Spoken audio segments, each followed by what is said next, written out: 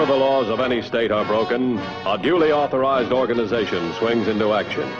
It may be called the state police, state troopers, militia, the rangers, or the highway patrol. These are the stories of the men whose training, skill, and courage have enforced and preserved our state laws.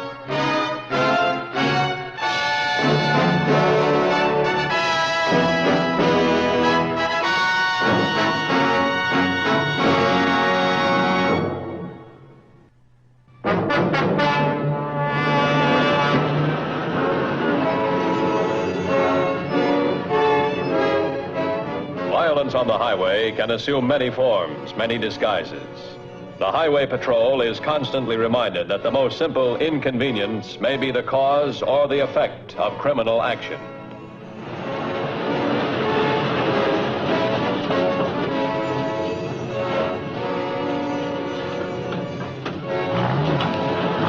So there are no new crimes in the book, just new variations on the old ideas, and new criminals to try them out.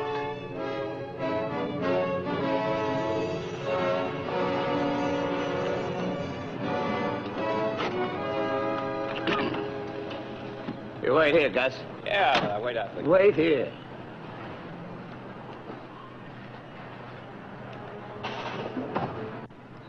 More trouble, Mr. Holly?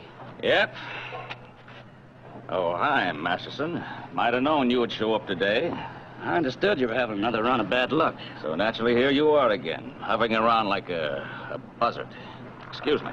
Oh, no, you've got it all wrong, Mr. Holly. A buzzard thrives on misfortune. My plan is designed to prevent it. I'm sorry, Masterson. I told you last week I had all the insurance I could afford. But I'm not selling insurance. Well, whatever it is you call it. Transportation maintenance service. It even sounds expensive. It's a lot less expensive than those breakdowns you've been having. You let me worry about that. Mr. Holly, how much does it cost you for your breakdowns, delayed runs, spoiled cargoes, and unhappy customers? All right, so I can't afford those expenses, but neither can you. Why, you would go broke paying off on my bum luck. Now, Mr. Holly, if I were selling insurance, I'd agree. But I'm selling a service, a transportation maintenance service that guarantees to keep your trucks running. You mean to tell me your mechanics are better than mine? Mr. Holly, the best mechanics in the world can make mistakes. Now, let's face it, you've been suffering from a lot of mistakes lately. So? So, if your mechanics make mistakes, you lose money. If my mechanic makes a mistake and is working for you, then my company pays you every penny of your financial loss. Think it over. Of course, if you feel that it's too expensive, well... Just a minute, Masterson. Yes? I couldn't afford to pay another mechanic's salary. Not just now, anyway. No. All you have to do is pay the premium for the service. I pay the mechanic to supervise your shop and check every piece of equipment that's put out on the road. My mechanics do that. And? Your deal's too good. I still think there's a catch somewhere. You're a hard man to convince. Here, have one of my cards. I already have 4 of them. I have another one. Call me when you decide. Yeah. Goodbye for now. Well? You're softening up. Get in, Gus. The others never took this long. It needs a little more convincing. We've been too easy on him.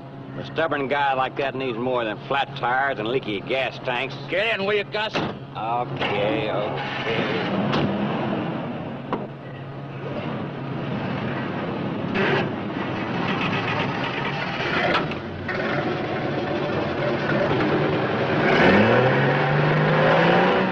Hello, Helen. Just a minute. Hey, Freddie, hold it up a minute, will you? Helen, get me George Morton at the Truckers Association. Yes, Holly, I know about the load you lost on the highway, but you can't blame that on Masterson. As far as the Trucking Association's concerned, he's running a perfectly legal business. What? What kind of evidence? Well, yes, might be a good idea. Yeah, I'll call you back. Right. Miss Johnson, get me the Highway Patrol. I want to speak to Dan Matthews. This is how we do it, Mr. Matthew. 4 strands of rope. Any one of them strong enough to keep a load on the tailgate. Now, the load that hit the highway was tied on exactly like this. You say that all 4 strands broke? Yeah. I can understand one of them breaking, maybe even 2.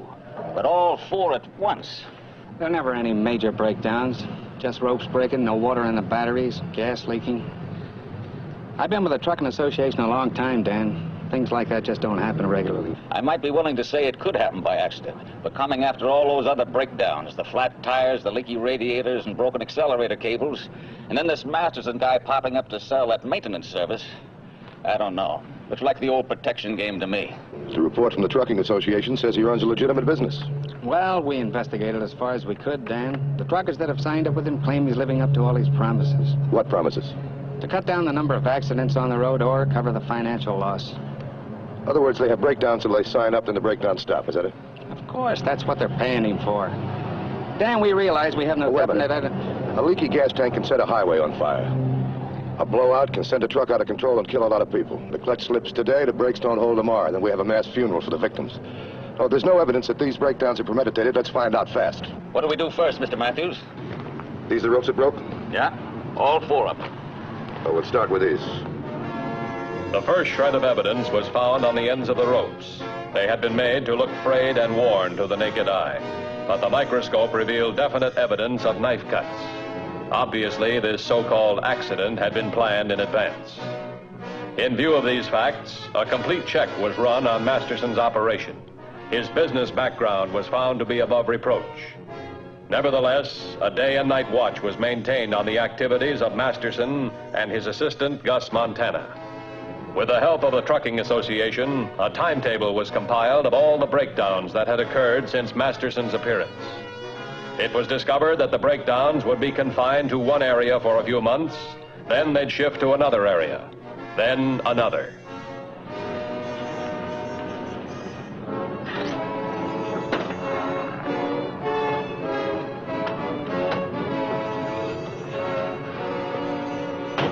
As the reports of the breakdowns came in, the information on hand was checked against the stories of the truck drivers themselves. Oh, Dan, another Harley breakdown, Dan. The report just came in. Where's this one? About 12 miles out of Louisville. That's the current trouble spot. Have them hold the driver there. I want to talk to him. Okay.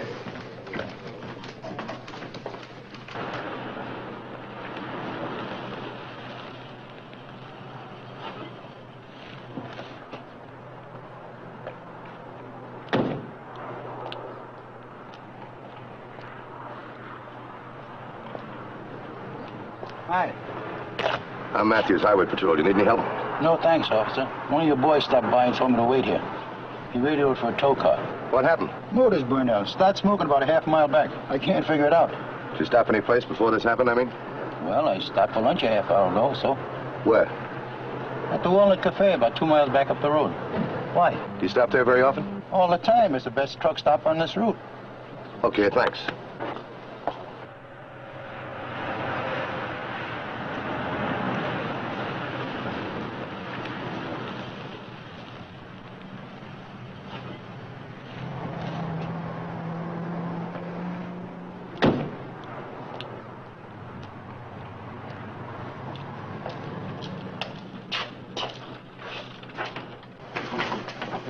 Thank you.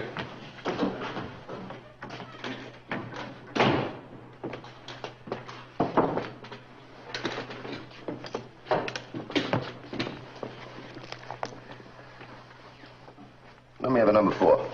Tomatoes are pretty warm. Refrigerator's on the blink. It's a good thing I got a dishwasher that knows something about motors. As soon as I get that refrigerator paid for, it goes haywire. Let's give it. Give me something cold to drink.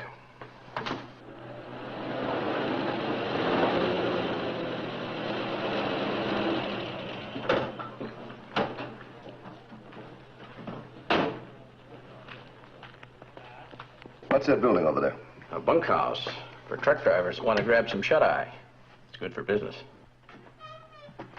Hey, Mike. Yeah? One of the hauling men's bunking up for a while. I want you to wake him in an hour. Okay, Artie. You want me for anything else today? Nah, take off. See you tonight. Okay. Good boy, that Artie. Works hard. Keeps that bunkhouse as clean as a whistle. That's why drivers like stopping here. Just a little dirt in the starter switch. It'll be okay now. Where are you going? Out for a smoke. What about them dishes? I gotta relax once in a while. He's got to relax. That Jenkins is so relaxed that sometimes I think his spine must have been removed. Right in the middle of a job, out he goes for a smoke. Half the time, I don't even know where to look for him. Well, I gotta get back to work. How much do I owe you? 10 cents.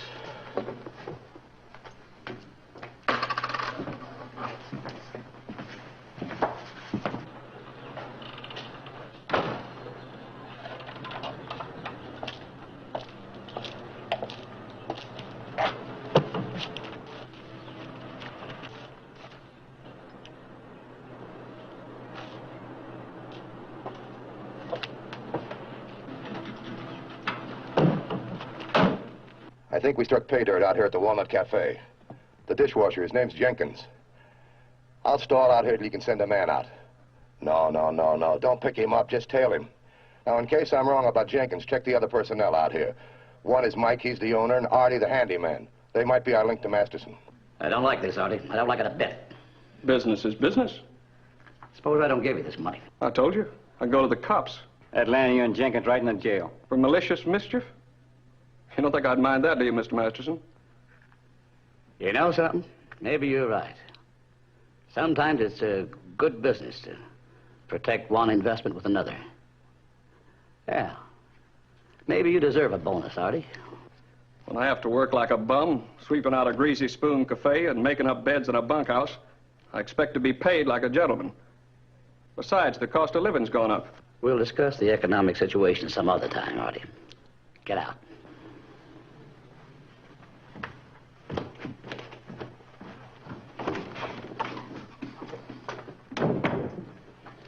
You know, Gus,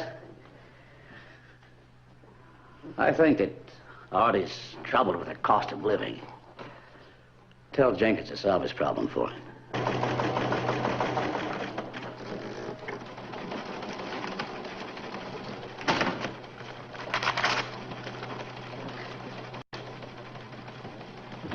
Hey, Dan, take a look at this. What is it, Jenkins? No, it's a rundown on that handyman's activities so far today. Left Cafe 9:20 this morning.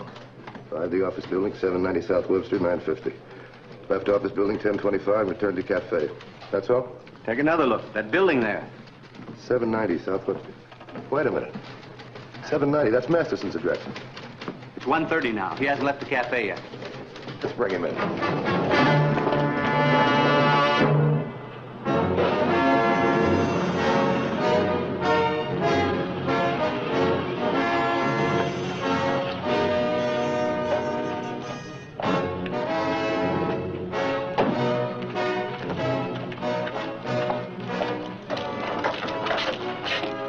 Where's Artie? In the bunkhouse, I guess. What's the matter? Thanks.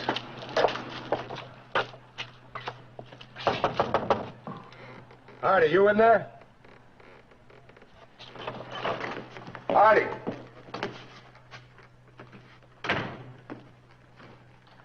All right, come on, Artie, wake up. Come on, Artie.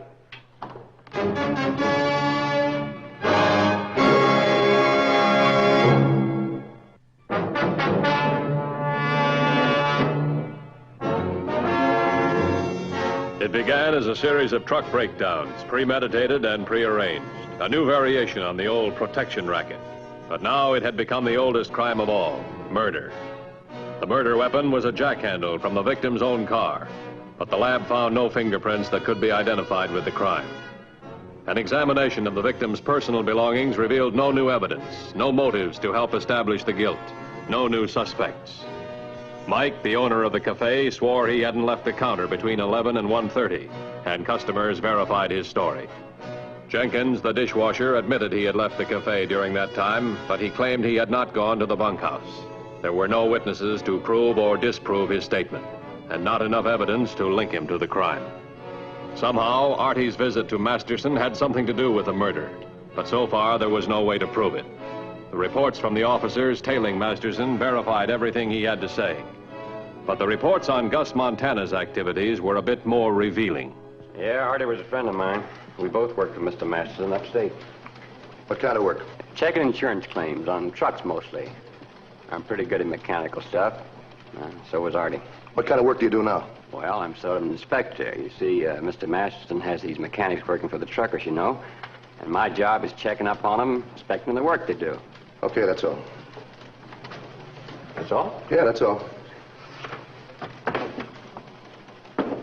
Oh, okay, if that's all.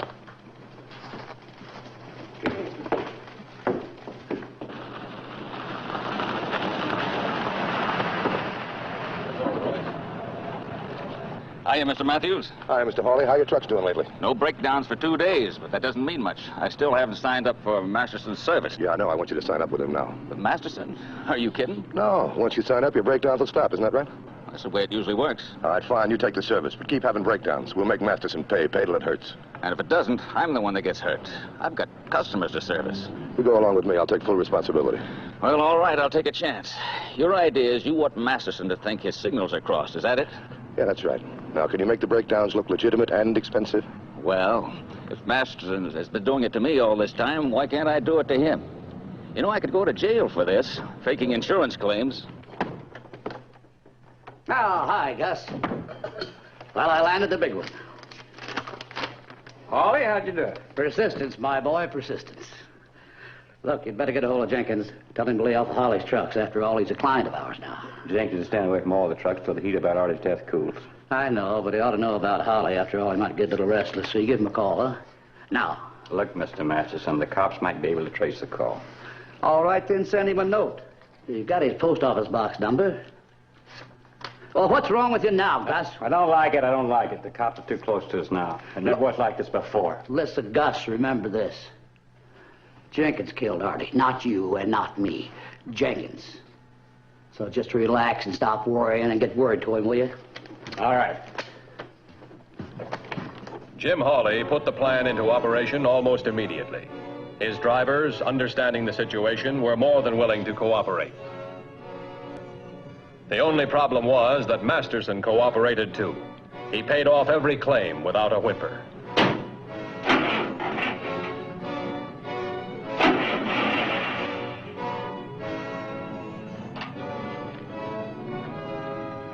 What'd you find, Gus? Not a thing.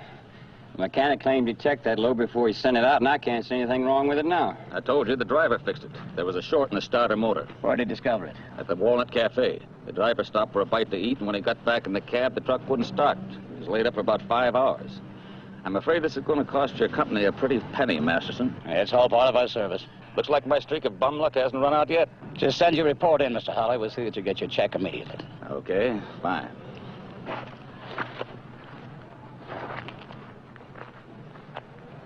They figured out the Walnut Cafe. That makes 4 claims I've made, and they're paid off on every one. I think this plan of yours is backfiring. Look, Hawley, my neck's as far out as yours. I told you if it doesn't work, I'm responsible. We're just going to have to keep plugging along till something breaks, and we hope it's Masterson. Yes, that's right. I want more breakdowns. Make them as expensive as you can, because if this idea is going to be a flop, let's make it a big one.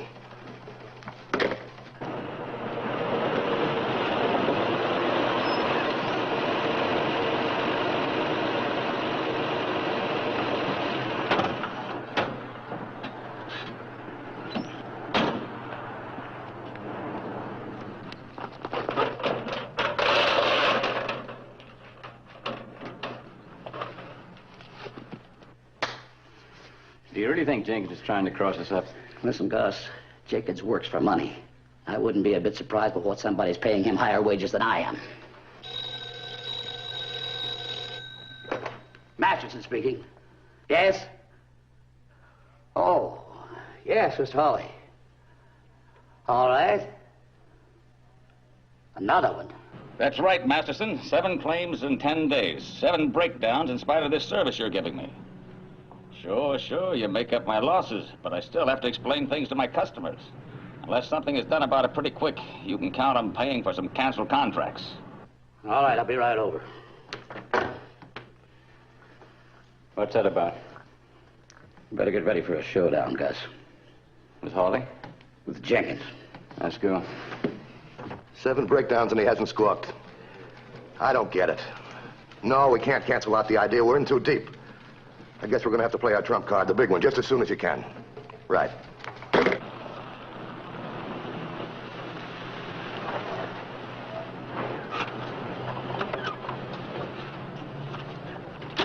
Glad you could make it, Masterson. I think I found the answer to those breakdowns that I've been having. Yeah? One of my men spent the night at the Walnut Cafe bunkhouse, and he awoke this morning a little earlier than he planned. When he went out to the truck, he saw somebody leaning over the gas tank. Looked like he was up to no good. Did he get a look at the man? Not a good one. It was dark, and the guy took off like a rabbit when he saw the driver.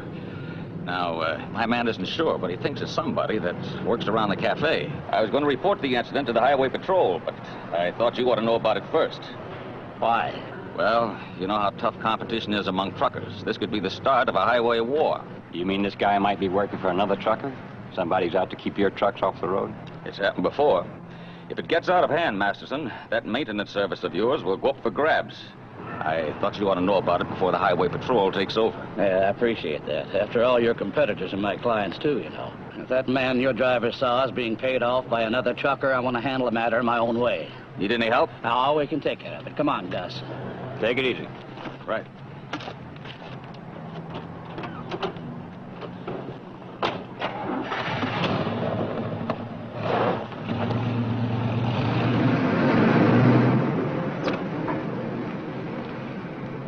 Hello, Helen. Get me the Highway Patrol, will you, please? Okay, Mr. Hawley, looks like things are going to work out for us. Dan, Yeah? 3264 just called in. Masterson is headed toward the Walnut Cafe. Tell him to stay with Masterson. Alert all cars in the Louisville area to stand by for instructions. Come on, let's get out there.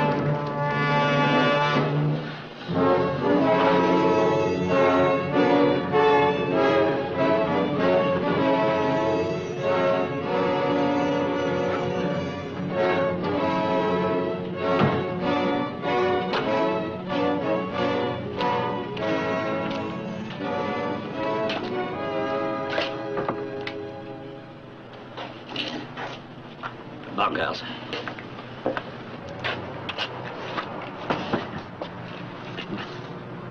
Look, no rough stuff.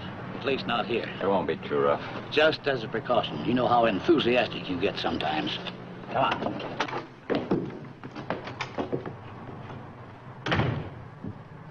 Hello, Jenkins. What's this all about? What do you want? We want you, Jenkins. Mr. Masterson don't like any rough stuff, chum. Come on, come on. Get on your feet. All right, Jenkins, that's enough of that foolishness. Get on your feet.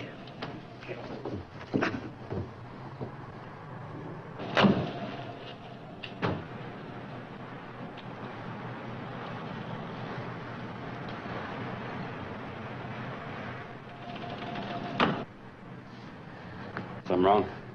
It's all right. Here, you take this. Whatever you do, don't leave this bunkhouse.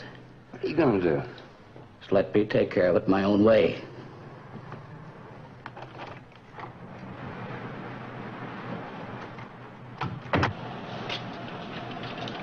What's he up to? Relax. Don't get yourself in an uproar. What do you think you're doing? Maybe you ought to take a look, too. Go ahead, see for yourself. Looks like I'm going to have you for company, this little sellout. Go ahead, look for yourself. You stay right there.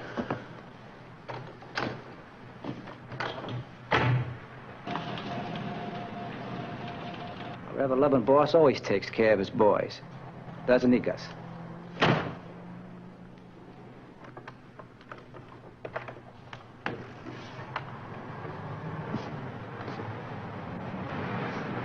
First he fixes a murder rap on me.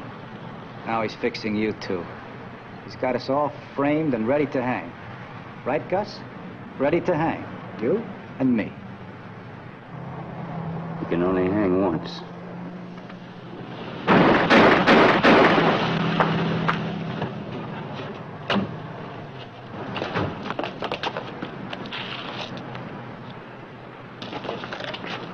We ought to get special privileges.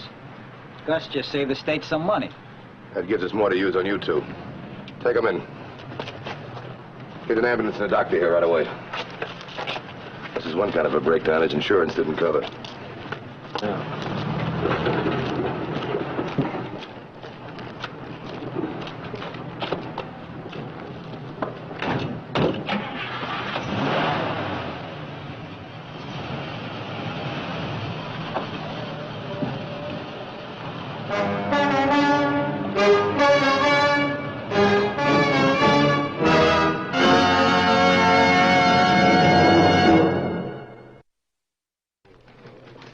See the Highway Patrol in action again next week. Until then, remember, leave blood at the Red Cross, not on the highway. This is Bradley Crawford saying, see you next week.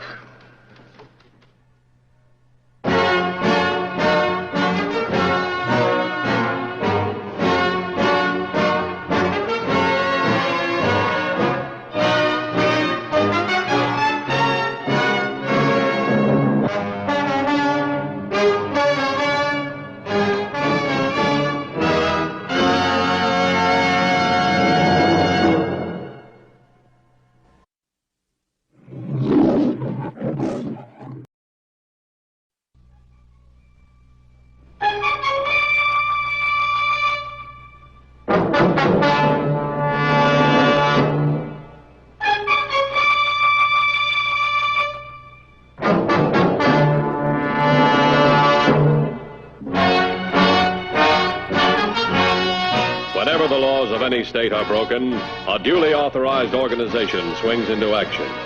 It may be called the state police, state troopers, militia, the rangers, or the highway patrol. These are the stories of the men whose training, skill, and courage have enforced and preserved our state laws.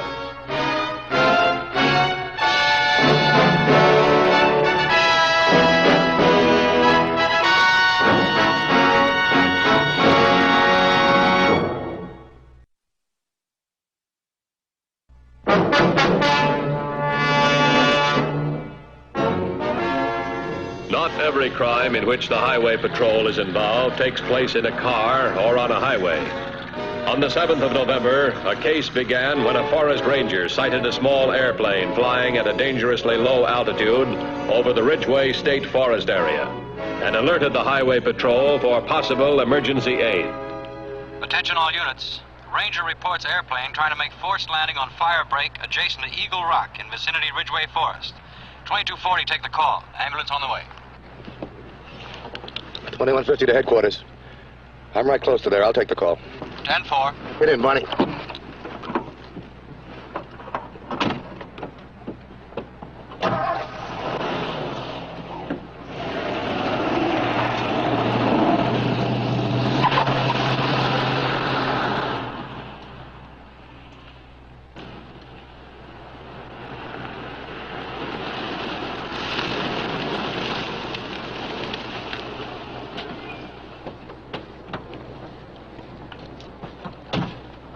Fire break's about 300 or 400 yards off that way. Probably crashed or landed by now.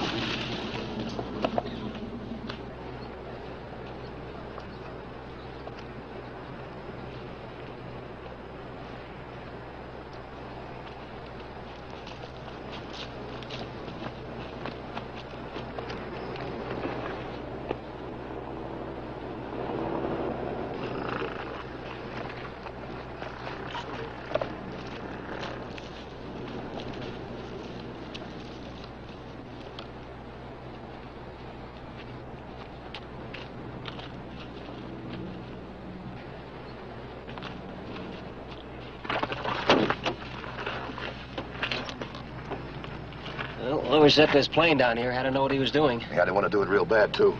It's a light plane. Either took off or refueled just a few hours from here. Check the CAA number, then check Airways for a flight plan. Look around inside, see if you can find anything to show who owns this crate, will you? Right.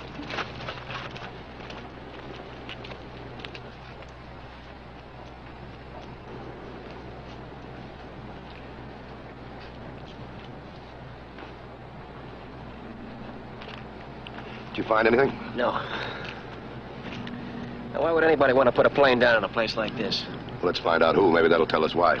Oh, by the way, where did the forest ranger call from? Oh, someplace near here. Headquarters said he'd meet us here. You take a look over that way. I'll go over here. Keep within earshot. Right. Hey, Barney, come here.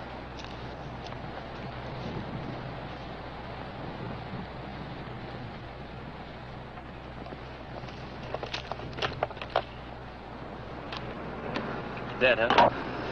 Yeah. Hard blow on the back of the head, something heavy. Call headquarters. Get a couple of units up here. Bring back your area map. I'll wait for you. Right.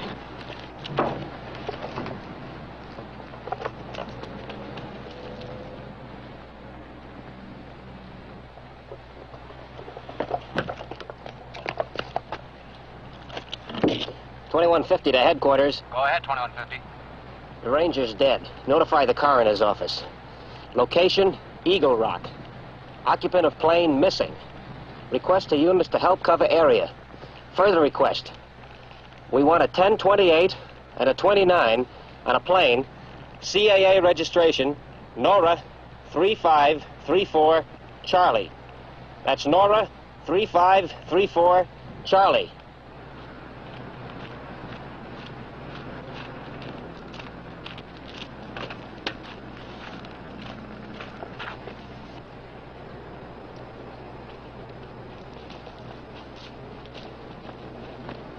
Got some dope on the plane. Registered to Harry Barlow. No make on it.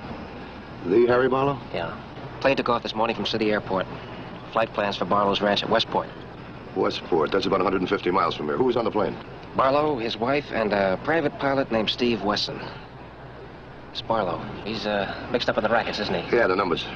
I never heard of him connected with anything rough, though. Well, you have now. Figure it out. Plane lands in an isolated fire break. Apparently no emergency. Ranger reports the landing. Ranger turns up dead. Plane turns up deserted. Whoever set the plane down had a good reason. Didn't want to share his secret with the Ranger. On the other hand, it might be something real simple. Engine trouble. Barney, the Ranger didn't die of engine trouble. Let me have the map.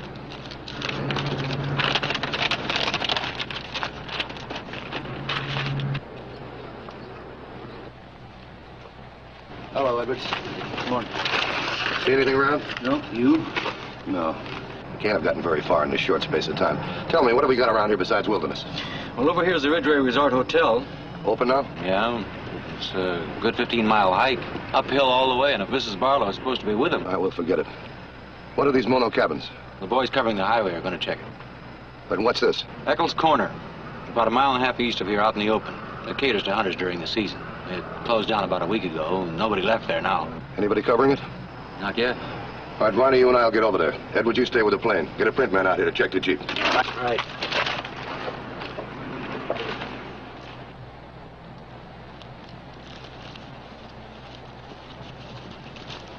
Yeah, hold it.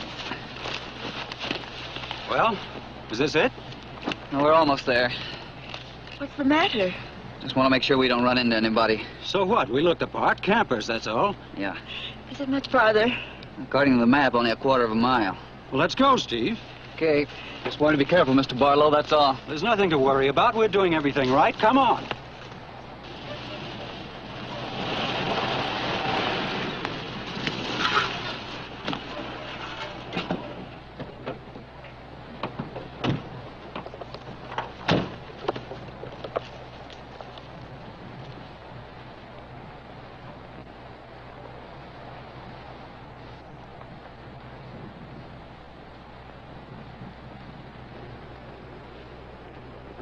Well, there it is.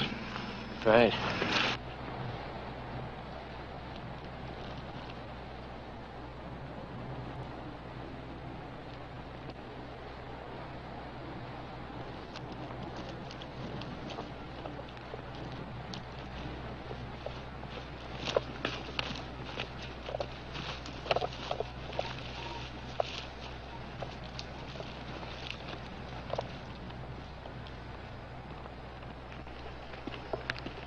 You check that building over there. I'll check this one.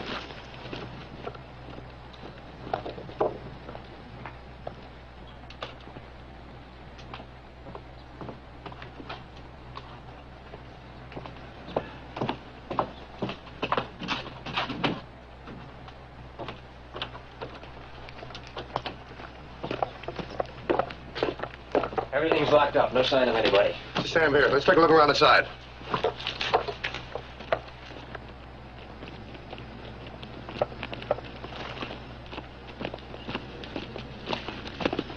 You get around the back. Wait a minute, honey. This must be it. You sure? Yeah. We're way ahead of time. Isn't there some way we can let them know we're here? I don't know, Mrs. Barlow. Maybe if I scout around a little. Wait! Wait for what? What is it, Steve? All right, Barney, come here.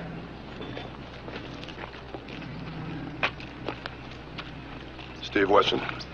Mr. and Mrs. Harry Barlow. I'm Matthews, Highway Patrol. Police.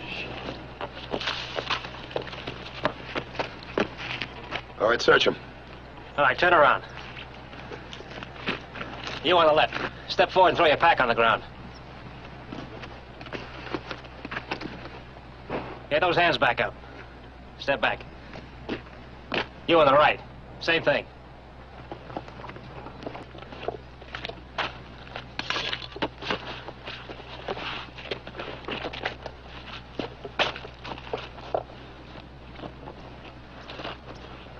They're clean.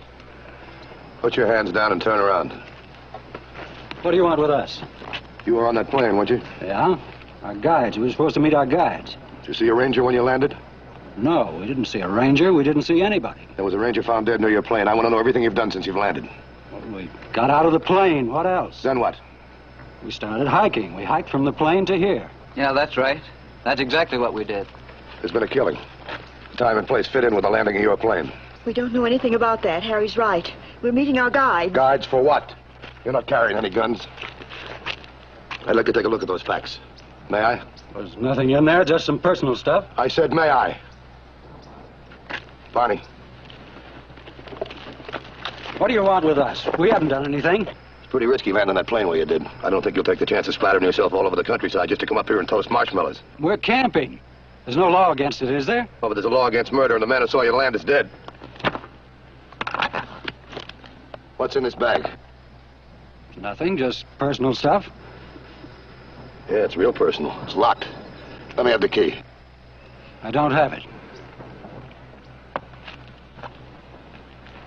I'm not going to let a little thing like a key stop me. Give it to me. Here.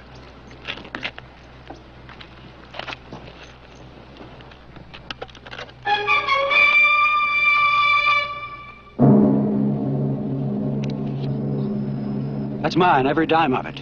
Call my bank, they'll tell you. Call them, Mr. Matthews. Once we can prove the money's ours, you'll let us go, won't you? It's an awful lot of money to take on a camping trip. How much is it, about 100 grand? Look, I'll level with you.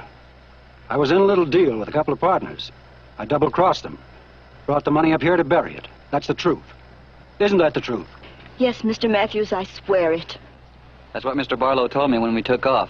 He told me he was going to bury the money somewhere out here. Barney, open the other pack.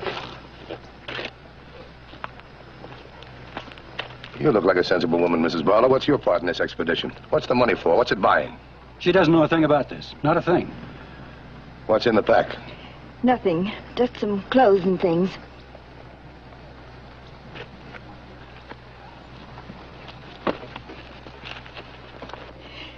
Those are mine. My clothes.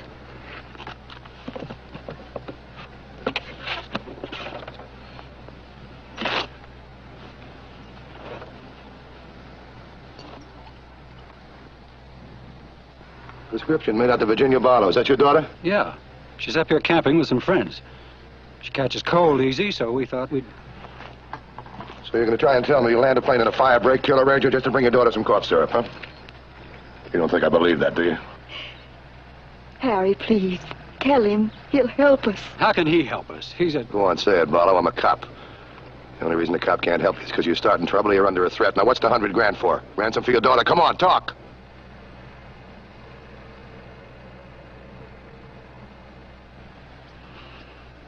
They're to meet us here at noon. If everything goes all right, we'll get Ginny back. But they told us what would happen if we brought the cops in. You know what that means, Matthews.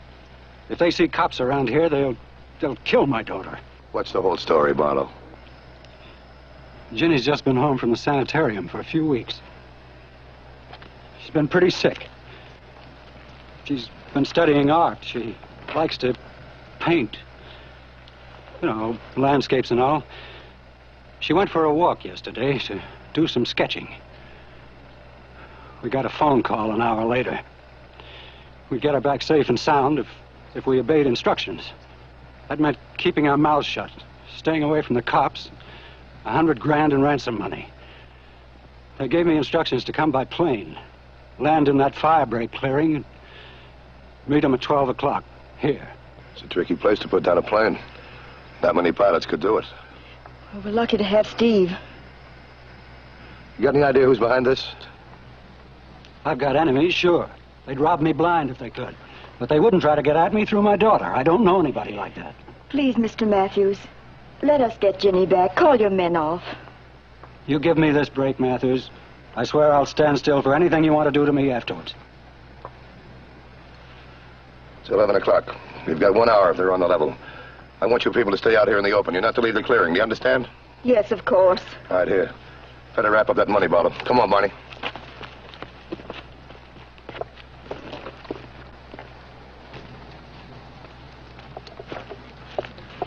You think they're on the level?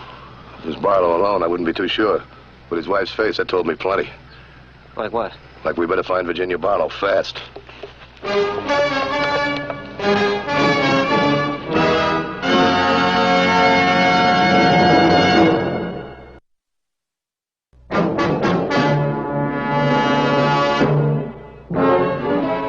The patrol formulated a plan by placing their available men at vantage points nearby and undercover.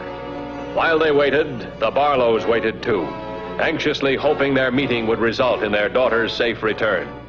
It's all set up. We got men watching that clearing from every angle. I don't even think you could spot them through the glasses. Well, it's 6 minutes before 12. These last few minutes must be pretty rough on Mrs. Barlow.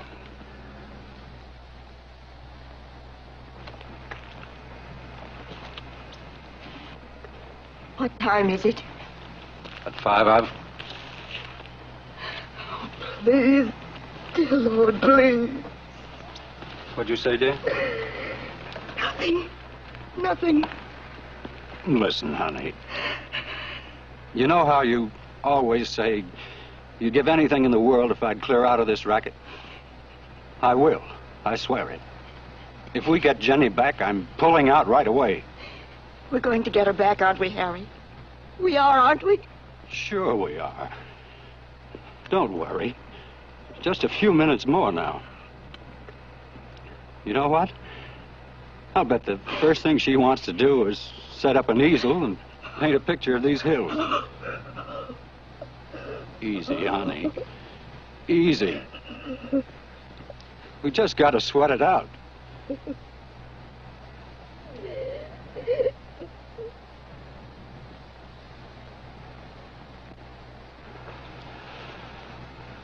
It's almost 12. Who's guarding the plane, Barney? Edwards and Zillings. Good. Who's ever holding the Barlow girl's going to head straight for the plane. It's the fastest and most logical way to get out of here, and nothing's going to stop him either. Yeah, the ranger found that out. Poor guy. 12 o'clock, straight up. Do you think they may have spotted us while we were down there? Yeah, it's possible. It's very possible.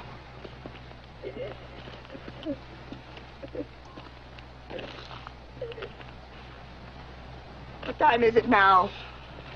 A couple of minutes more. You said that before. Oh, it's after the time. They're not coming. My watch is fast. We have the money. Let Jenny go, please. Jenny! No, Mrs. Barlow, no.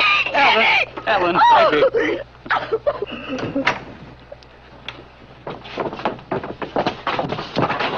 Jenny! Jenny! Keep her back, Barlow. Take it easy, kid. You're okay. Told you there wouldn't be any trouble, honey. Just hold still now. Why, that's Cooper, our gardener, and his wife. What's the matter, Barlow? You look a little surprised. Didn't you think we'd keep our word? I never thought you'd do anything like this, Cooper. The trouble with you, Barlow, is you trust the wrong people. The man in the racket shouldn't trust anyone, especially the people who work for him. How about it, pilot? You should know. You work for him, too. You ought to be strung up by your thumbs for this, Cooper. Yeah, it's kind of strange the way Barlow's acting. Seems to know those two. Know them? Yeah, he and his wife looked awful surprised when they saw who had their daughter. Well, that's a nice way to celebrate old home week. Let's wait. We'll let them make the first move. Here's the money. 100,000. It's all in here. We did everything just like you say. Please, Stay back, Mrs. Barlow. Just throw it at my feet, Mr. Barlow. Let me go. Let me go. Relax, kid. I'll tell you when. Easy, Jenny. Take it easy. Please, honey, don't spoil it now. The money's all there. Every penny of it. All we want is Jenny. Please, let her go. She isn't well. I'm sorry, Mrs. Barlow. Plans have changed. I'm going to have to keep the girl for a while yet. Why? We kept our promise. You said... Kept your promise? Kept your promise? What are those cops doing around here? We didn't have anything to do with them. Cut it out, Barlow. They're not here for the fresh air. I swear we didn't bring them here, Mr. Cooper. They came to investigate the plane. You know me well enough to know I wouldn't lie to you. Please, let Ginny go. Stop fretting, Mrs. Barlow. We're not going to hurt her one bit. We've been good to you, haven't we, honey? Oh, let go. Let go of me. Wait, Jenny, wait. It'll be all right. Let us handle it. That makes sense, Barlow.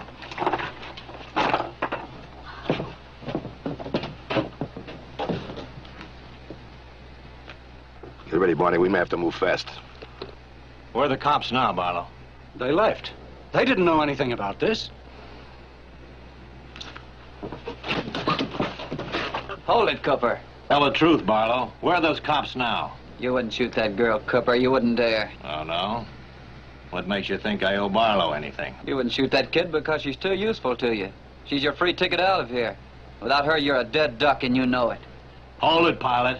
No funny stuff. In the name of heaven, Cooper, give us our daughter, please. Not now, Barlow. Later. We'll take good care of her. We just want to keep her with us till we get to the highway. After all, we took care of her all this time. Now it's her turn to take care of us. Please. Well, they're sure doing a lot of gabbing down there. They haven't let the girl go yet, either. They'd only separate long enough. You still think they'll head for the plane? They specified a plane on their orders, and that wasn't to make Barlow more comfortable. Yeah, but the Barlows have the pilot. Yeah, I know.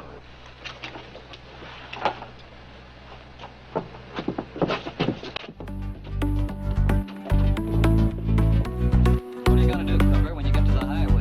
Got a car waiting for us. Leave the kids. Highway okay as you want me. You can have my name. They're worth a lot of money. We can raise more. We'll use Jimmy with it. That doesn't make sense, Cooper. For a guy who could pull us out this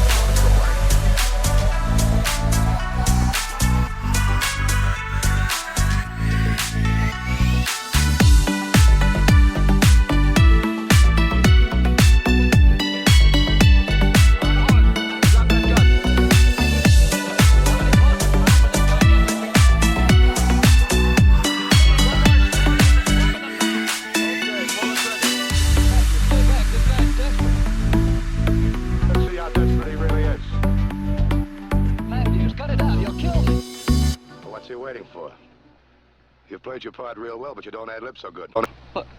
What are you talking about? Figure it out. When you and the Barlows saw me, they didn't know me from Adam. I could have been there to collect the ransom, but you knew different. You were surprised. You were the one who told them to stay back, remember? I don't get it. Look, this guy's desperate. I noticed the Barlows' reaction when they saw who was holding their daughter. They were surprised, and you weren't. The hostage gag was a good one, too. And the plane was part of the plan, and every plane needs a pilot. Now, if your buddy's still so anxious to pull the trigger, let him go ahead before my men start shooting, because you're going to get it for killing the Ranger anyway. Killing the Ranger? Eddie, for Pete's sake, throw your gun away.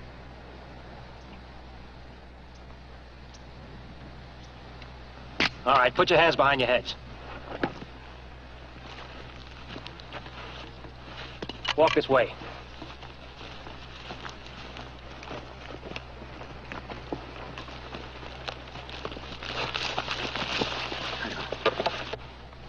Well, how'd you figure that one out? I went to the Patrol Academy, remember?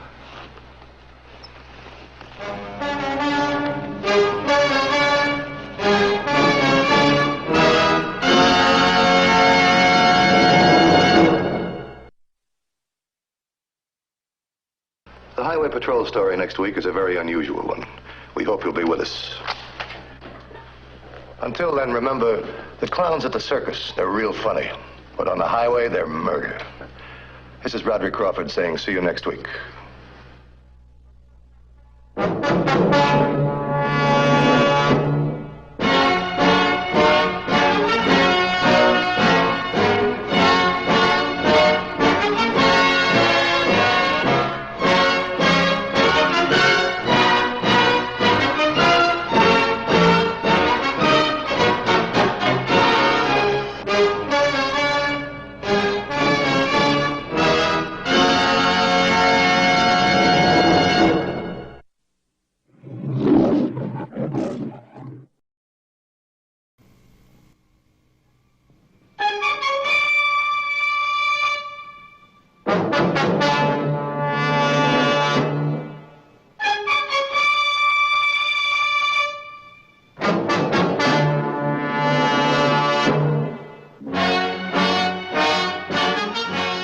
Whenever the laws of any state are broken, a duly authorized organization swings into action.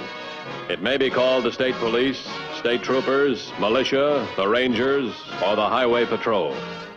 These are the stories of the men whose training, skill, and courage have enforced and preserved our state laws.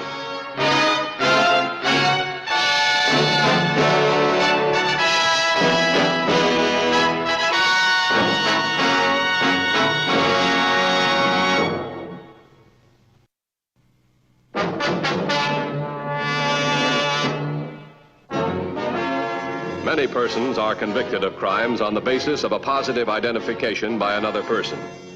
Law enforcement agencies rely heavily on this type evidence. Early on the morning of August 10th, Mrs. Ethel Carey, owner of a motel, went about her usual routine of starting another day. A day in which she would find it necessary to positively identify her first visitor.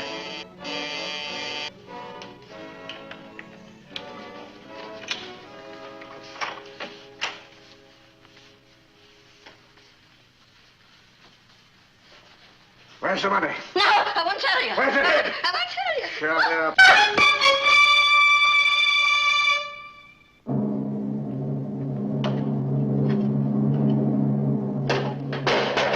Recovering from the attack, Mrs. Carey immediately placed an urgent call to the Highway Patrol. She stated that she had recognized the man who forced his way into her apartment, and that she could positively identify him as one of the guests now registered at the motel. Minutes later, officers Peterson and Bergen had apprehended the suspect, Roger Taylor, in his bungalow at the motel court. Better take another look inside, see if you can find the hat and coat. Yeah, okay.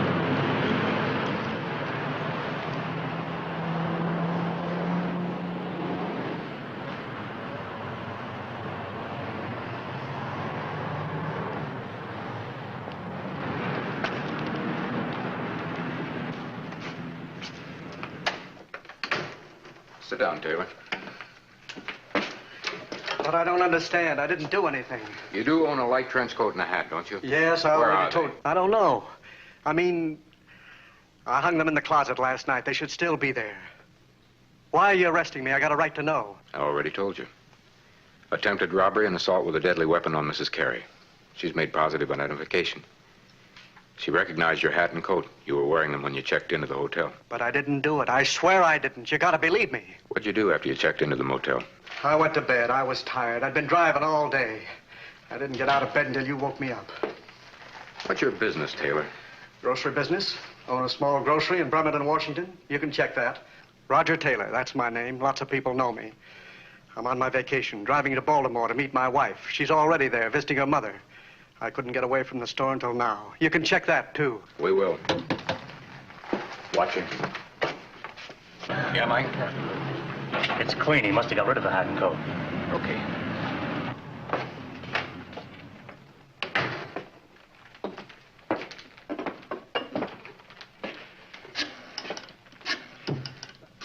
Why'd you get rid of the hat and coat? Why would I get rid of them? I tell you, I didn't do anything. Why would I get rid of my hat and coat if I didn't do anything? Let me talk to Dan Matthews. Matthews speaking. Dan, on the motel beating, we picked up the identified suspect, Roger Taylor. Good. Book him right away and wrap it up. I would. A couple things don't add up. What? Well, what makes you think so? Two things. Why would he admit owning the hat and coat and then take the trouble of hiding them? Secondly, if he did do it, what's he doing here? He's had plenty of time to get to the city and get lost. All right, see how he feels about a lie detector test. We might be able to save him a lot of trouble. Okay, hold it. Still claim you're innocent? Yes, I didn't do it. I wouldn't beat up an old lady. Ask anybody who knows me. Would you take a lie detector test? Lie detector? Yeah, I'll take a lie detector test. I'm not afraid of it. Why would I be if I didn't do it? He'll take it. I'll bring him right into the office. Okay. Let's go. Hold it down.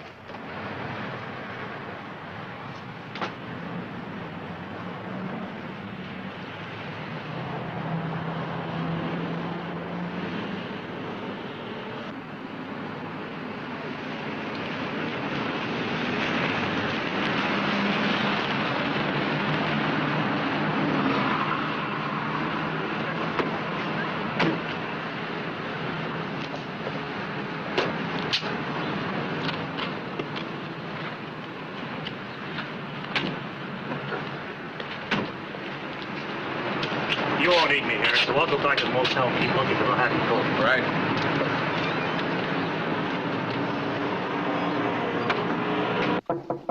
Come in.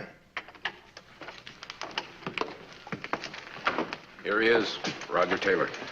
All right, Mr. Taylor. You sit in this chair right here, please. I want to run an R&I check on this. All right, go ahead and do it. Left hand, please. I thought a lie detector was bigger than that. Well, some of them are. It'll get me out of this, won't it? It'll know if I'm telling the truth. If half our suspects are as truthful as this machine, our job would be real easy. Then it'll prove that I'm innocent. When you know I'm telling the truth, I can go, huh? Mr. Taylor, it's not quite that easy. This is not allowed as evidence in court. But I will tell you one thing. Whatever you say, it's usually a great help. It usually puts us on the right track.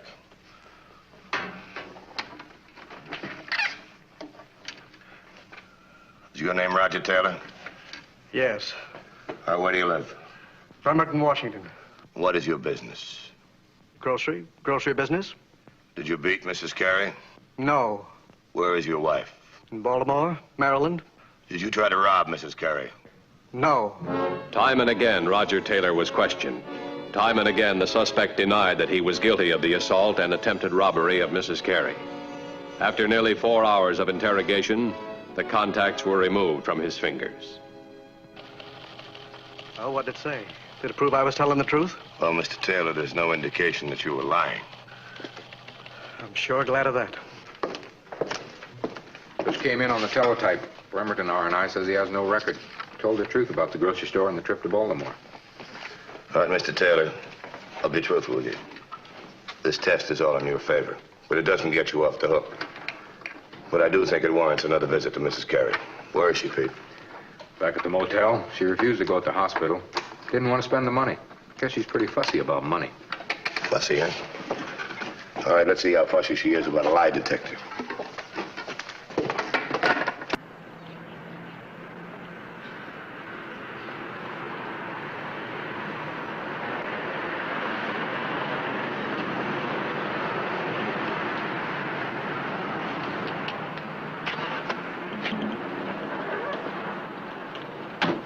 Find anything yet?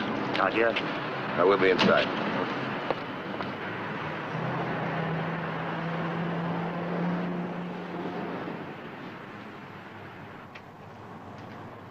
I'd like to talk to Mrs. Carey. What for? What do you want to go bothering her for? She's already told you all she knows. I want to talk to her anyway. Get the box, will you? What's your name? Henry Carey. She's my aunt. You live here? Yeah, but I wasn't here when it happened, if that's what you're driving at. Where were you then? I was in town buying groceries at Clampett's store, and I can prove it. Yeah. Tell your aunt I want to see her, will you?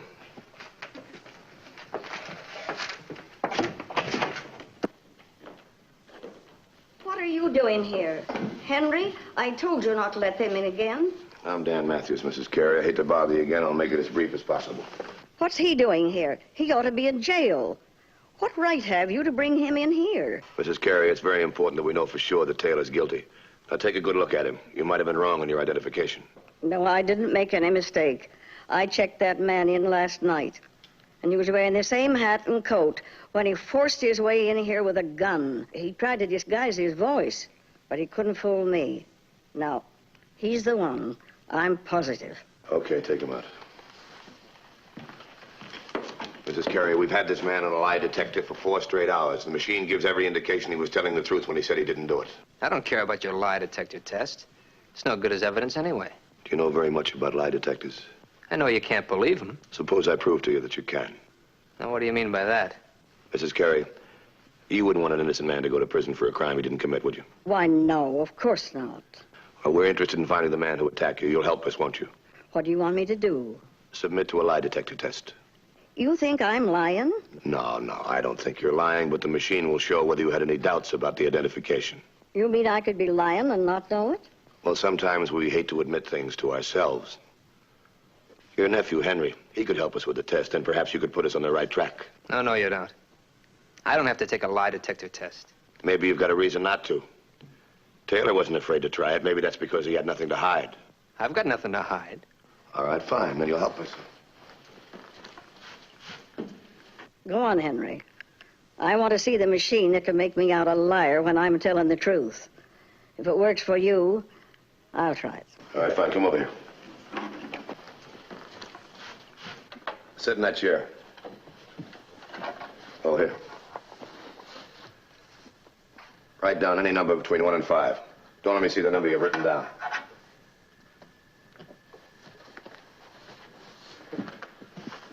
Let me have your hand. All right, now keep your hand spread like that.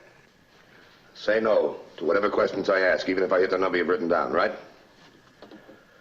Was it 4? No. 1? No. Was it 3? No. 2? No. Okay, the number was 3. Am I right? Yes. All right, Mrs. Carey. You're next.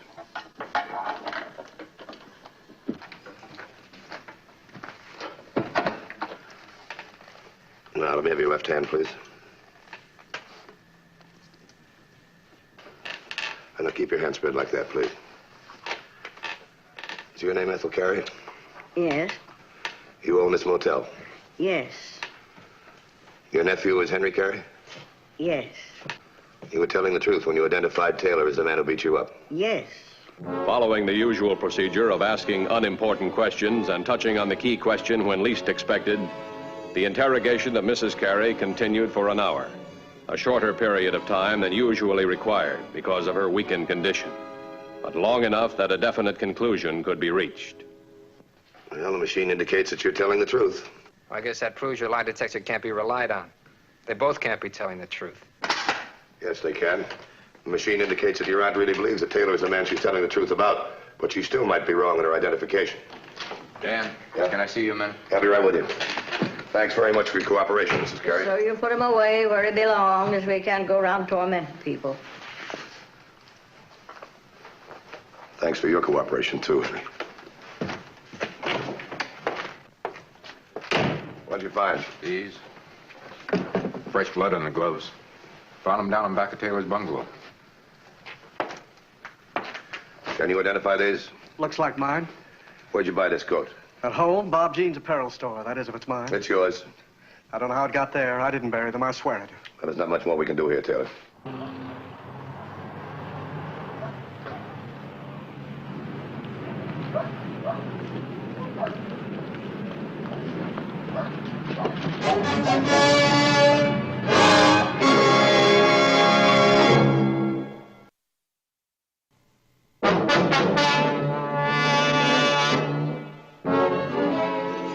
Following the arrest of Roger Taylor, a routine questioning of other guests registered at the motel failed to turn up any new evidence in the attempted robbery and assault of Mrs. Ethel Carey.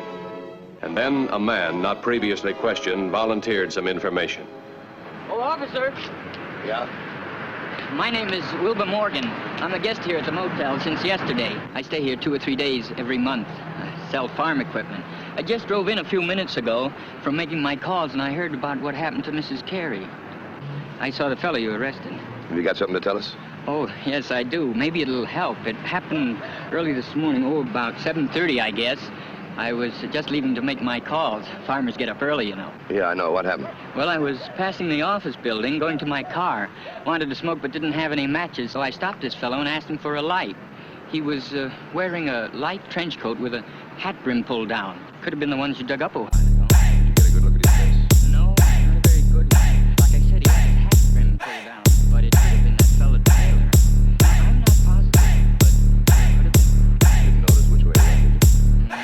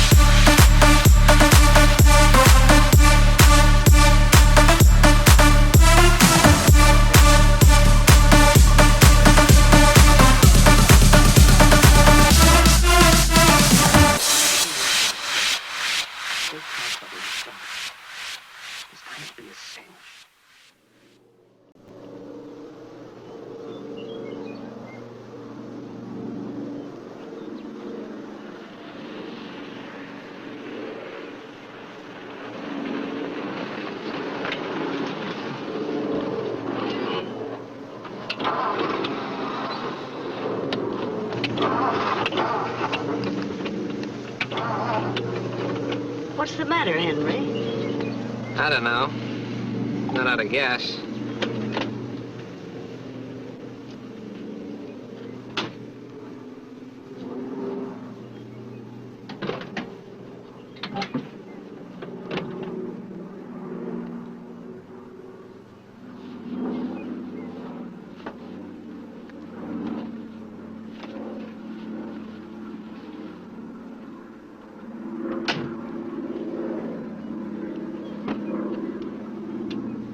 What's the matter, Henry? Probably died of old age. I always told you ought to get a new one. Yes, but new cars cost money. Yeah, I know. You wouldn't part with a plug nickel if it killed you.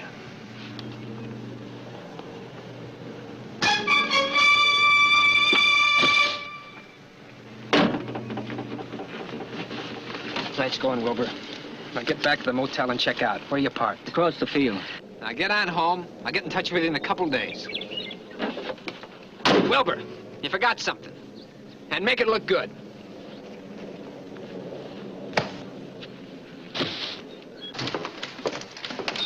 That call just came in. Somebody slugged and robbed Mrs. Carey on the highway. And Taylor's out on bail?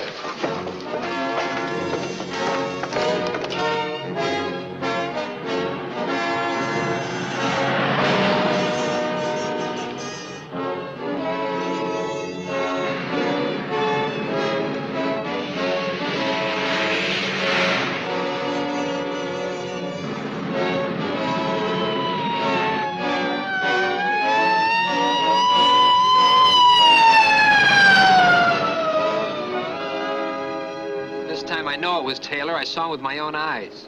He even showed up at the motel this morning. I had to run him off with a gun. Must have heard me tell my aunt to put her money in the bank, and he followed us. Miss Carey's still alive. Could be a skull fracture. She's going to be all right. How are you? I'm all right. Wouldn't you like to go to emergency with your aunt? No. Somebody's going to have to look after the motel. That is, if I'm free to go. Yeah, you're free to go. But only to the motel.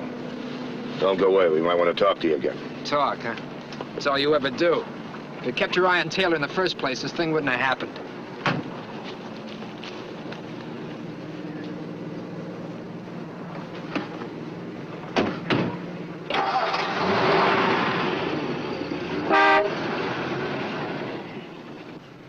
What do you say we take one more chance?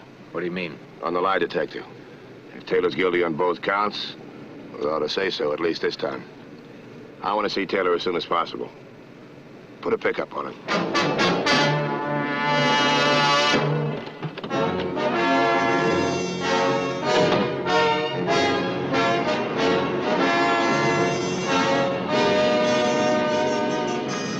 .2150 headquarters.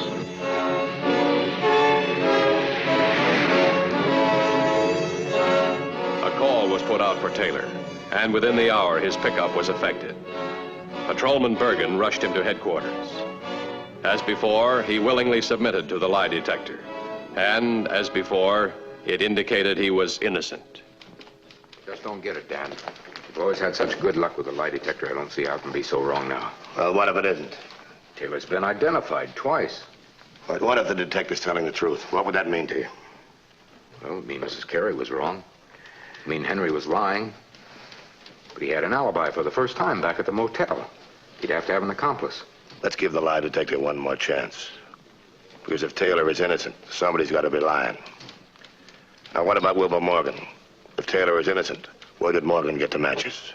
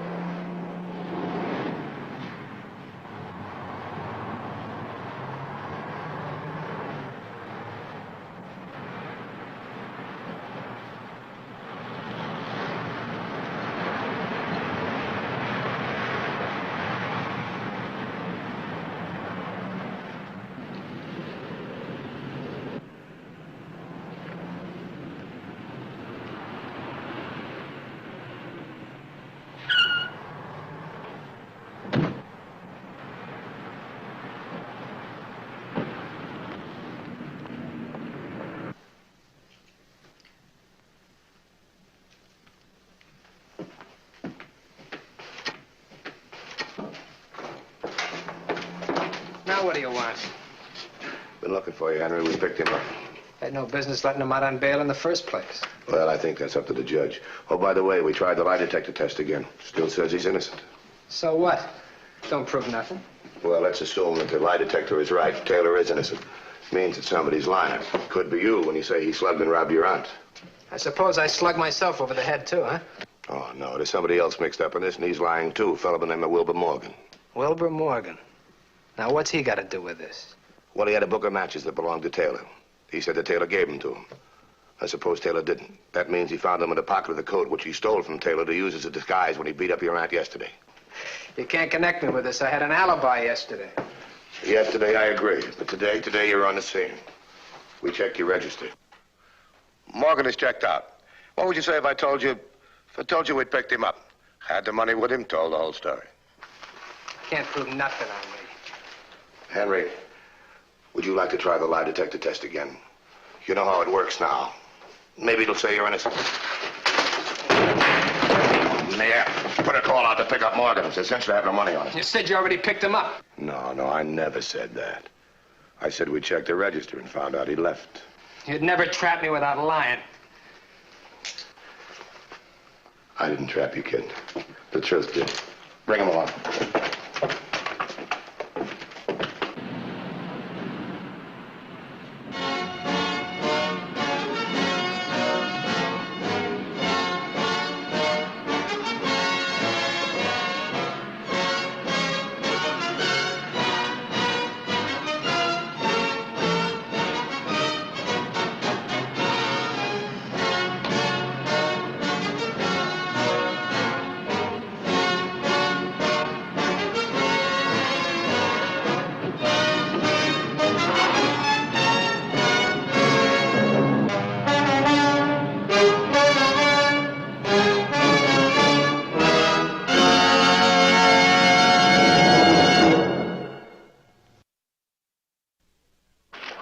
Next week's case, handled by the Highway Patrol, is a very exciting one. We hope you'll be with us. Until then, remember, the careless driver isn't driving his car. He's aiming it. This is Bradley Crawford saying, see you next week.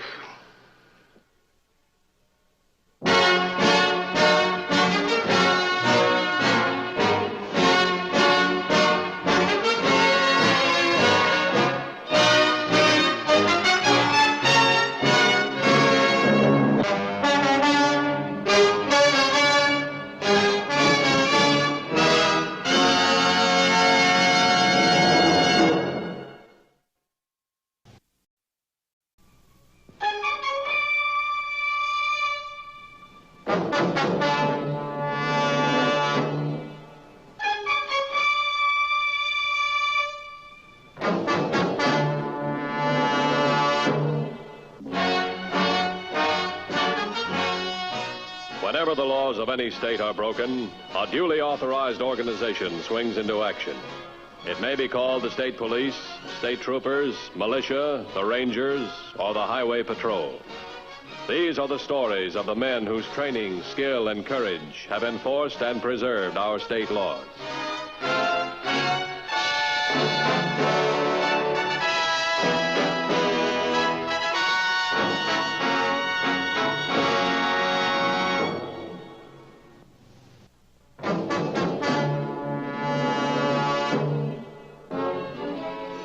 The criminal's motive frequently aids the law enforcement agency. On November 27th, an emotional crisis caused Helen Barton to commit the most difficult crime of all to solve. The crime without a motive. Joe, listen. I'm not going back. I've had all of your mother I can take. You know how she is. Give her a little more time. Helen, we've been married a year, and she treats me like a servant, and you like a child. Well, she can run your life if you want her to, but she's not running mine. It's just her way. Take your choice, either her or me. Joe, please. I just can't pick up and leave her. Then go back to her.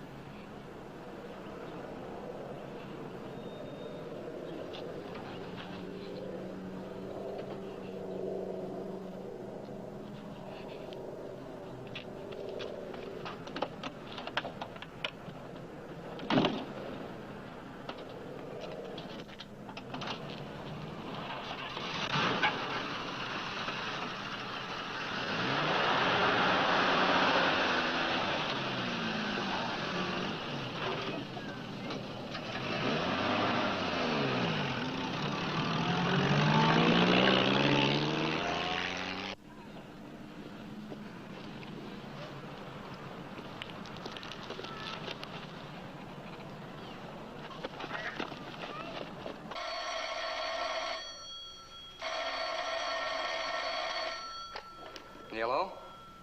Oh, Irene. Is Helen there? Is she all right? She's not here. I don't know. You didn't upset her, did you? I told her... She said she'd come right home. Well, where is she?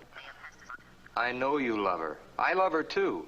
She's your daughter, but she happens to be my wife. It's my right to take care of her the way I see fit, in my own house and on my own farm. That's what you want, but we'll see what Helen has to say about it.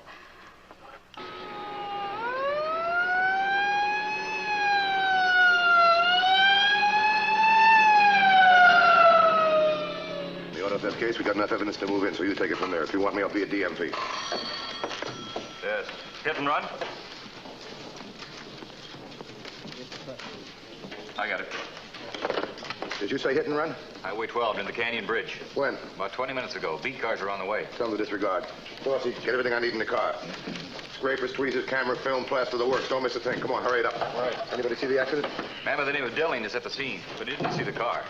Well, that figures. Hurry it up, Dorsey, will you? I've got it all. All right, let's go.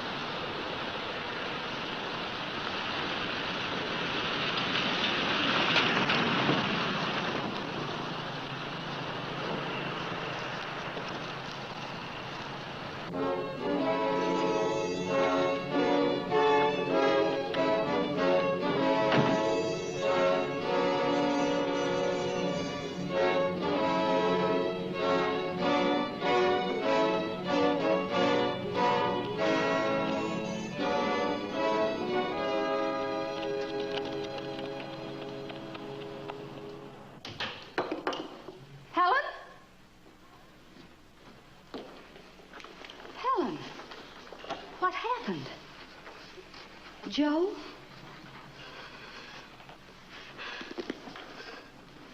I ran over a man. Where? At the bridge. He's still there. But you stopped, didn't you? No. I mean, yes. Oh, I don't know. I left him. Why? I didn't know what I was doing. I was thinking about Joe when it happened. I don't know how. Joe wasn't coming back. He talked about a divorce, and I was losing him, and I couldn't stand it. I've got to get him back. You gotta help me, Mama. Help me. Ooh, my head is bursting. There, dear. Now, I want you to lie down, Helen. Rest. Ted, get me the bromide from the medicine chest. I'll take care of everything, darling. Don't you think we should call the police? Get me the bromide, Ted. No, don't My worry. hand. I want to wash it. Yes, darling, I'll do everything for you. You know that.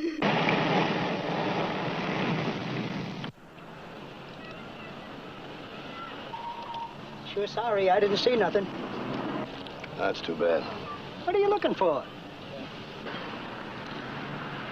Blood on the wood means blood on the car. It's the same type, it's incriminating. If we find the car. Dorsey, let me have another envelope, will you? How enough? You find something? Yeah, it looks like dirt.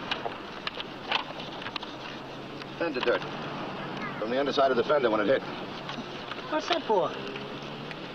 You see, Mr. Dilling, analyzing the thunder dirt, we can tell where the car came from. Different parts of the country, different dirt. Well, what do you know about that? All right, seal these. We'll initial them for identification. Pick up all the broken glass around, will you? Right, I just finished pouring the plaster in the tire print. It's the only print, maybe the hit and run.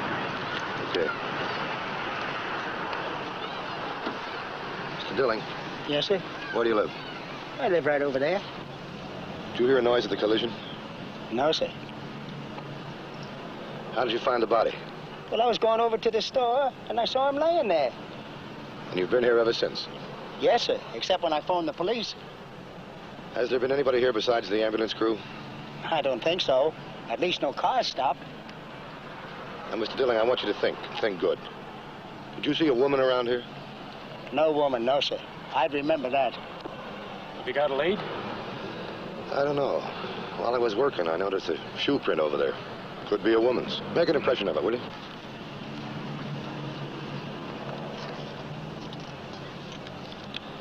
$21.50 to headquarters. Go ahead, 2150. Additional information on a hit-and-run vehicle. Car may have damaged left front fender. 10-4?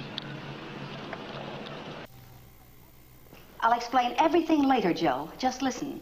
I'm sending Helen to you. She'll drive the station wagon. Now, if anybody asks you, Helen came in the station wagon this morning.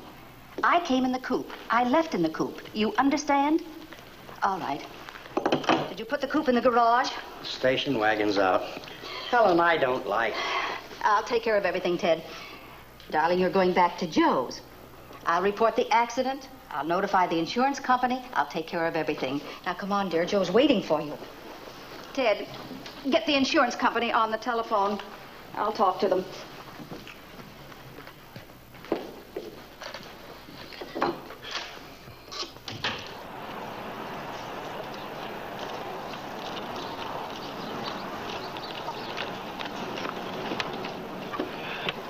I should have called the police. I'm going to do it right now, dear. Go ahead. Everything's going to be all right. Take the back road. There's less traffic.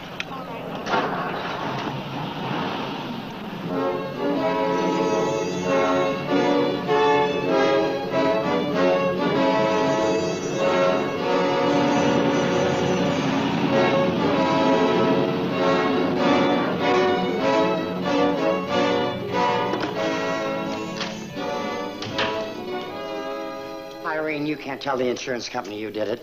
Do you want to kill Helen? You know what she's been through with Joe. She couldn't face the police now. She'd really have a nervous breakdown. Is that what you want? No, no, not while I'm here to take care of her. Irene, the law. Helen is no criminal. It was an accident, and it can't be helped now. The only thing the law wants is to protect the man who was hurt and see that he gets the insurance money. We carry $50,000. That's more than most people carry. And it's no difference to the police if I take the blame. Besides, who's going to know? Oh, hello, Mr. Brewster? Mrs. Toole.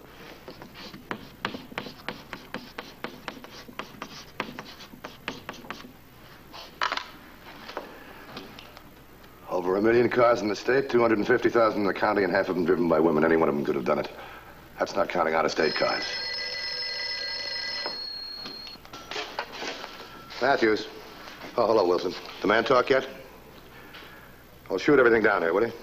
All right, thanks. Critical?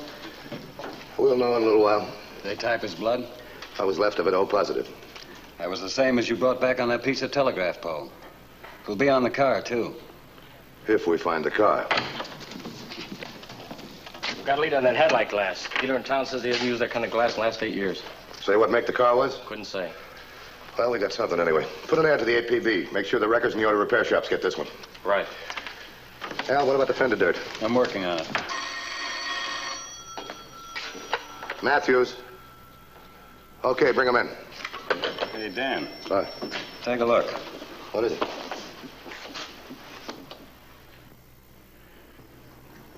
What do you think? Looks like dirt and... It's a grain. Corn. Chicken feed? Chicken farm? It's possible. Things are starting to add up. It's a lightweight cart. Why? Take a look at these tire impressions. That's the shoe print. This is the suspected vehicle. It's about a 4-inch tread. That's the patrol car tire? Yeah, it's about a 5-inch tread, and it sank a good 2 inches deeper. Same dirt 40 minutes later. Well, narrower tread means a lighter car. Not sinking so deep means the same. All right, add it to the APB. Also add the possibility of half-ton pickup used on a farm. Dan, you see this smear? What is it, blood? Paint. Gray paint. That Not a factory run. job. Lightweight. Repaint, not too old. Did you get that, Dorsey? Another ad to that hit and run. Gray car. Yeah, well, that's all we have now. All right, I'll call you back when we get some more information. Right. Well, let's see. What have we got so far? Whole car, lightweight, half-ton pickup, left front fender and headlight damage. That's enough to put out on the radio and let the people help us. I'll get it out. Well, put it on just for the weather report. Farmers will know what their neighbors are driving. Okay.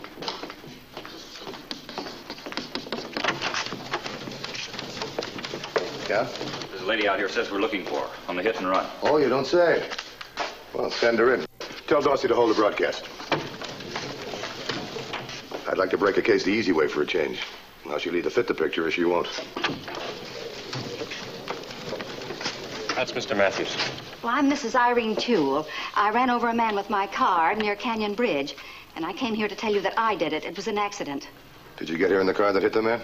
Yes, the fender's bent, but it still runs. And the headlights are broken, too. How old is your car? Well, I got it new about 9 years ago. What color is it? Gray, light gray. Do you work? Well, I own the Toole Chicken Farm on Highway 12. Won't you sit down? Thank you.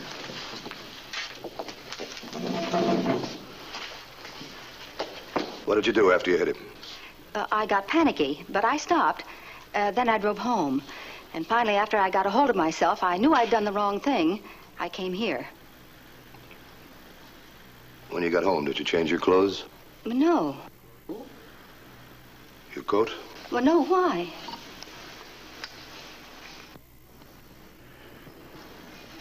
Your shoes? No. Well, what's the matter? Would you mind giving Officer Dorsey your left shoe?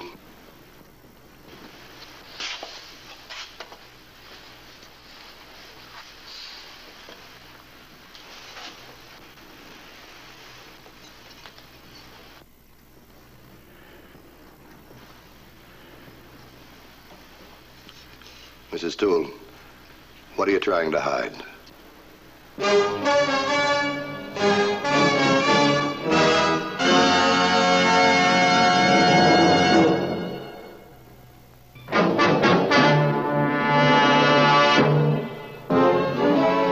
Ellen Barton's flight from the farm to her husband was being dogged by a heavy weight of guilty conscience, slowing down her car, plunging her deeper and deeper into emotional imbalance. So far, you haven't been able to remember a thing about the accident except you hit a man near Canyon Bridge. Is that your story? I just don't remember exactly how it happened. But you remember that neither your husband nor your daughter were with you. Is that right? Yes. All right. Hold her. I'm going to see what kind of a story your husband has to tell. And your daughter.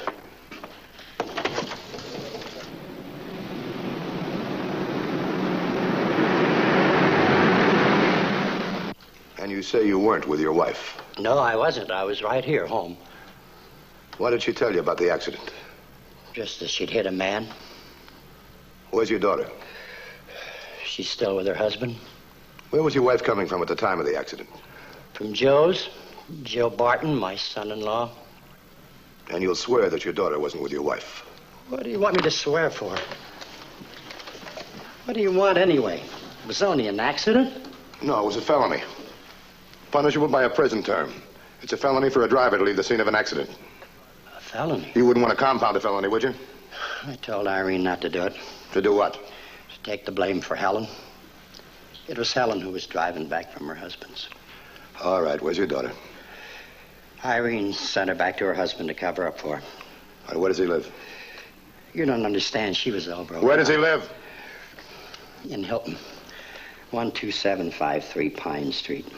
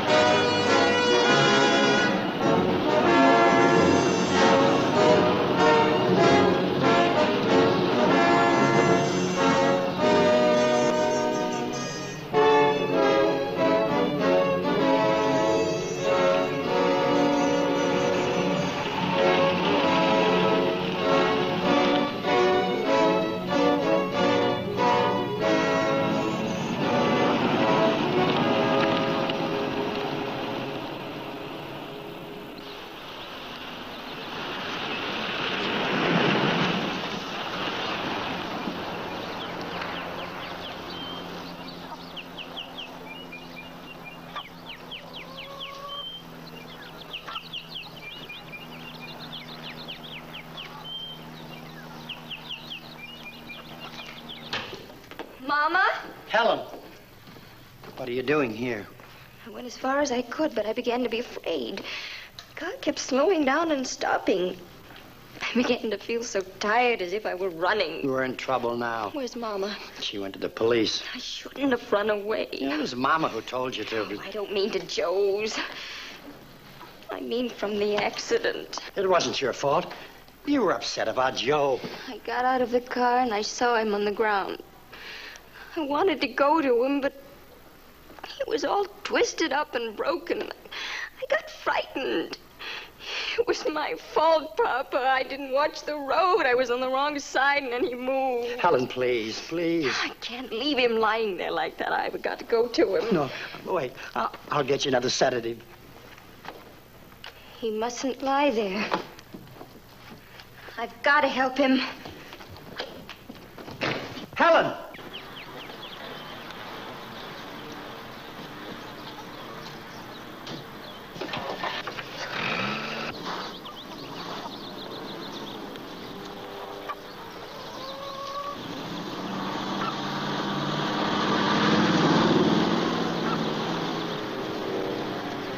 I tell you, she isn't here. I've taken all the conniving I'm going to take in this case. Your wife is guilty of a hit-and-run felony, and you're just as guilty by hiding her. I tell you, it was her mother who did it. I just left the tool farm. Her father told me the truth. Now, where is she? Oh. I don't get it. 4 law-abiding citizens. One of you has an auto accident, leaves the victim in the street, bleeding his life away. A little while later, the husband, mother, and the father join in the crime by trying to conceal the criminal. What, have you gone temporarily insane, or what? I guess we have. It's all that mother of hers. You're over 21. Where is she? Helen was supposed to come here, but she hasn't gotten here. That's the truth, Mr. Matthews. We'll pick her up. Hello? Ted, where's Helen? She never got here. The police? What? It's my father-in-law. He said Helen came back home. Well, let me have it. How's Matthews? What? I was telling Joe. She's out of her mind. She went back to where she hit that man. Thanks.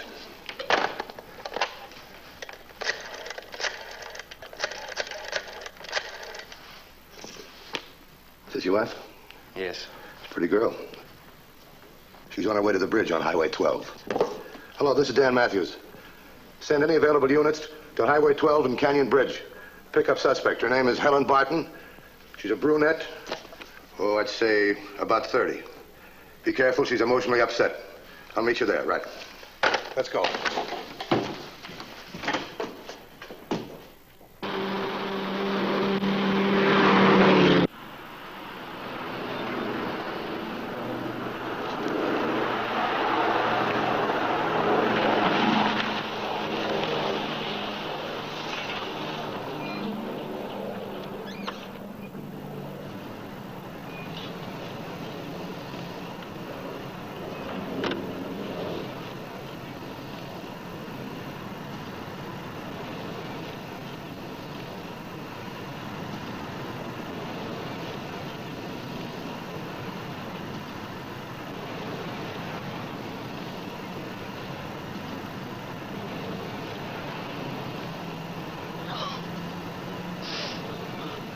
I didn't mean to leave you lying here. I shouldn't have run away. You're the one that done it. No, it was an accident. It was murder. Murder?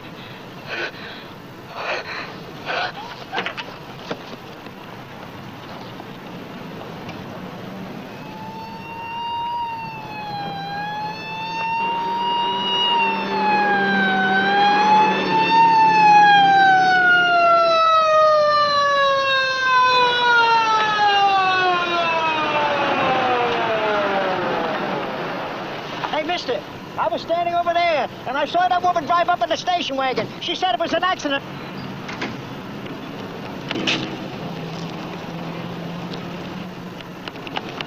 Helen!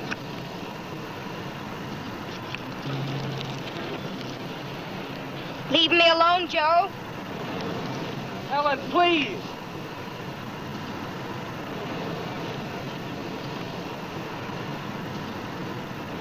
I killed him, Joe.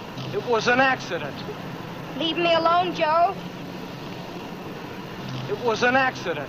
No, it was murder. I shouldn't have run away. I'm always running away.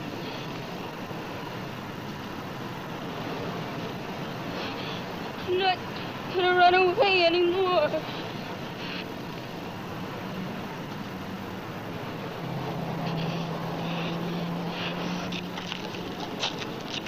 don't seem to be doing much good. Give her a chance to calm down. Let me try. How's the guy she hit? With a little luck, he might make it. All right.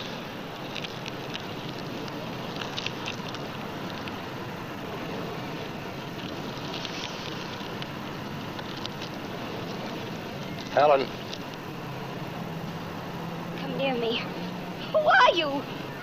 That's unimportant. I just want to tell you, the man you hit isn't dead. He's hurt. He's very badly hurt. I saw him lying there. He isn't dead.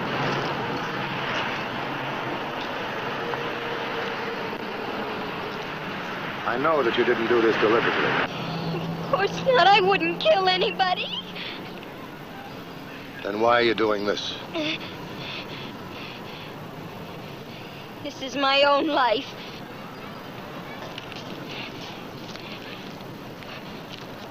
No, it isn't. It belongs to your mother and your father and your husband. Remember, God giveth, and God taketh away.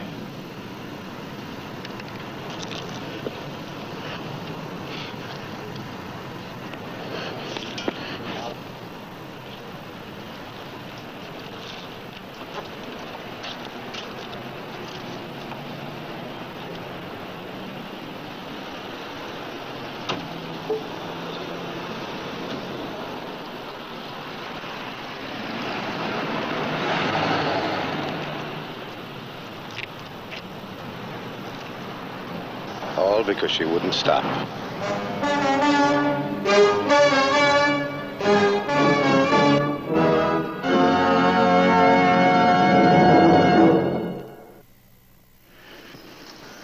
See the Highway Patrol in action again next week.